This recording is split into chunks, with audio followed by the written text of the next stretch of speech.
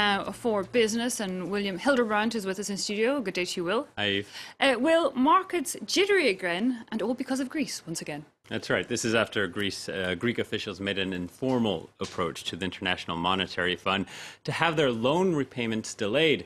Markets worried it was a sign that Greece could default on its debt. That uncertainty sent Greece's borrowing cost rising more than 3.5% to about 27%. IMF chief Christine Lagarde rebuffed Greece and said there will be no quick fixes. The work that's been done up to today seems a little superficial, and we need to work on the reforms project in depth. We must focus on the budgetary results and on fixing the Greek economy and financial stability, rather than making big, empty speeches on the situation.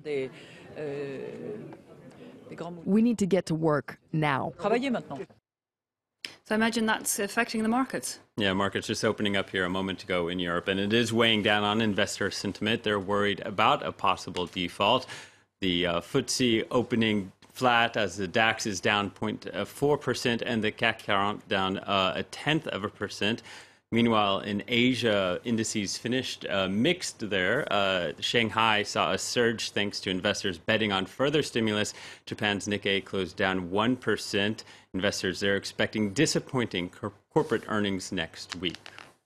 Well, time now for a quick look at some of the day's other business stories. Nestle's latest results beat expectations. First quarter sales rose 0.5%. The Swiss maker of chocolate, bottled water, and other foods reported a 4.4% growth in the company. The company saw growth in emerging markets, but was hurt by the strong Swiss franc. And France is still suffering from near record high unemployment, but new figures show the country has seen job vacancies increase, up 2% from last year. The service, science, and technology sectors have the most openings. There are some 450,000 companies that are looking to hire 1.7 million people. And Barbie is 56 years old. The iconic doll accounts for a quarter of U.S. toy maker Mattel's sales, but her popularity is dropping and she's facing stiff competition. Mattel saw sales drop for the sixth quarter in a row. Global figures were down 14%. That's left some wondering if it's time that Barbie gets a makeover.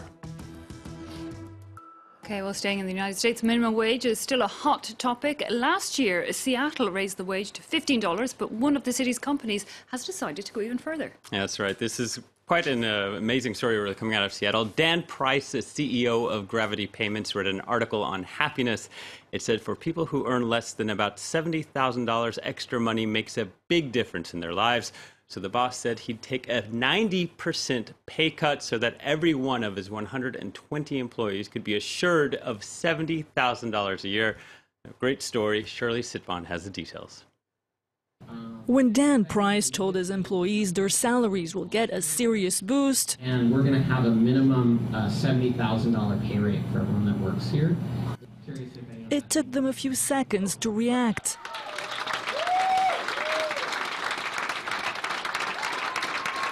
The head of Gravity Payments, a company that processes credit card payments, increased the minimum salary to $70,000 after reading an article saying emotional well-being rises with income roughly until that sum. So I realized that people that are making less than that, there's an emotional cost that they have every single day, and you only get to live once. Price increased the salaries of 70 of his lowest paid employees by slashing his own salary by 90%, bringing it down to $70,000 a year, the firm's minimum salary. He also has to use 3/4 of the company's profits. The pay hike will take 2 years. Some will earn twice as much as today. I think it's life-changing for everybody in various ways. Maybe I cried when I called my mom. Price wanted to make his employees happy while criticizing salary gaps between chief executives and average workers. CEOs get paid about 300 times more. He made his decision as tens of thousands of low-salary workers have been protesting across America this week. Their goal? Getting a minimum wage of $15 an hour, a minimum pay that the city of Seattle, where Gravity Payments is based, was the first to adopt. I wonder how many new CVs he's going to get after that decision. Moving on, Will, Star Wars now, and it looks like you don't have to go to a galaxy far, far away to take a ride on a Star Wars plane. That's right, at least not anymore. All Nippon Airways transformed a 787 Dreamliner into R2-D2. Now, the Japanese airline announced a 5-year project to promote the new Star Wars films. The jet has been flagged for international routes, but we've seen a similar promotional stunt before. Air New Zealand promoted the new Hobbit films.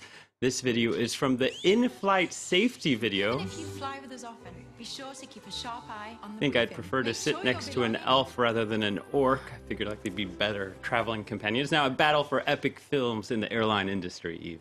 Nice. I have to say, I'd sit down and it looks like a fun place to be. William Hildebrand with the Business News. Thanks indeed for that.